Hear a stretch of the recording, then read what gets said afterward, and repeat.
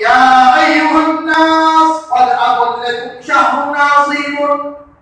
হে সাহাবায়ে কেরাম, হে সাহাবায়ে কেরাম, এটা একটি মহান মাস। যেই মহান মাসের মধ্যে তুমি যদি গোলামি করো, এই মহান মাসের মধ্যে এটা কেমন মহান মাস? মুহতারাম হাজিরিন, এই মাসের ব্যাপারে কিতাবের মধ্যে আসছে এটা এমন একটি মাস যে মাসের মধ্যে মহান রব্বুল আলামিন জান্নাতের সমস্ত দরজা খুলে দেওয়া হয়। একটা দরজা বন্ধ থাকে না। রাসূলুল্লাহ সাল্লাল্লাহু আলাইহি ওয়াসাল্লাম বলে এটা এমন একটি মাস যেই মাসের মধ্যে জাহান্নামের সমস্ত দরজা বন্ধ করে দেওয়া হয়।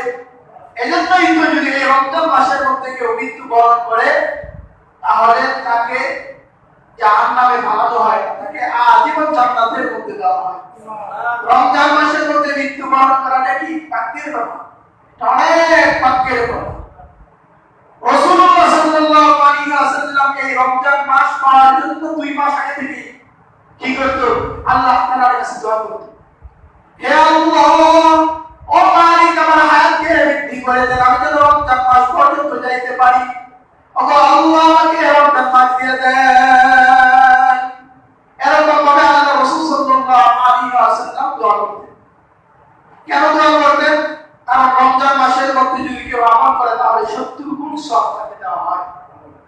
এই রমজান মাসের মধ্যে আল্লাহ রব্বুল আলামিন যদি কেউ রোজা রাখে, কেউ যদি রোজা রাখে সারাদিন না খেয়ে থাকে, তাহলে তার মুখ থেকে যে একটা দুর্গন্ধ আসে, সাইফুল হাদিস জানাবি রাহমাতুল্লাহি আলাইহি লেখেন, কেউ যদি রমজান মাসের মধ্যে রোজা রাখে যদি তার মুখ থেকে একটা দুর্গন্ধ আসে, তাহলে এই দুর্গন্ধটা আল্লাহ তাআলার কাছে বেশ কম্বলের থেকেও প্রিয়।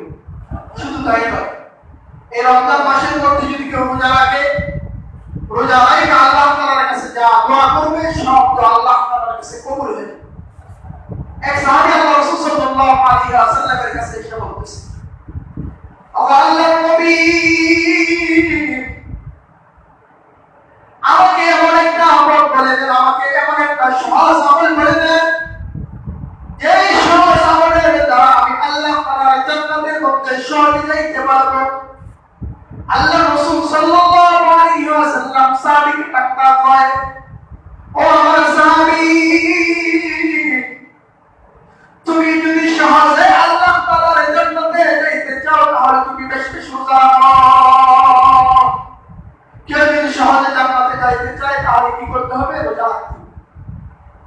রাসূলুল্লাহ সাল্লাল্লাহু আলাইহি ওয়াসাল্লাম বলেন, আস-সাওমু লি ওয়া আনা আজযা বিহি। আল্লাহ রব্বুল আলামিন বলেন, আস-সাওমু লি ওয়া আনা আজযা বিহি। কেউ যদি রোজা রাখে তাহলে আমি এই রোজার প্রতিদান, আমি এই রোজার বিনিময়ে আমি আল্লাহ নিজে তাকে দান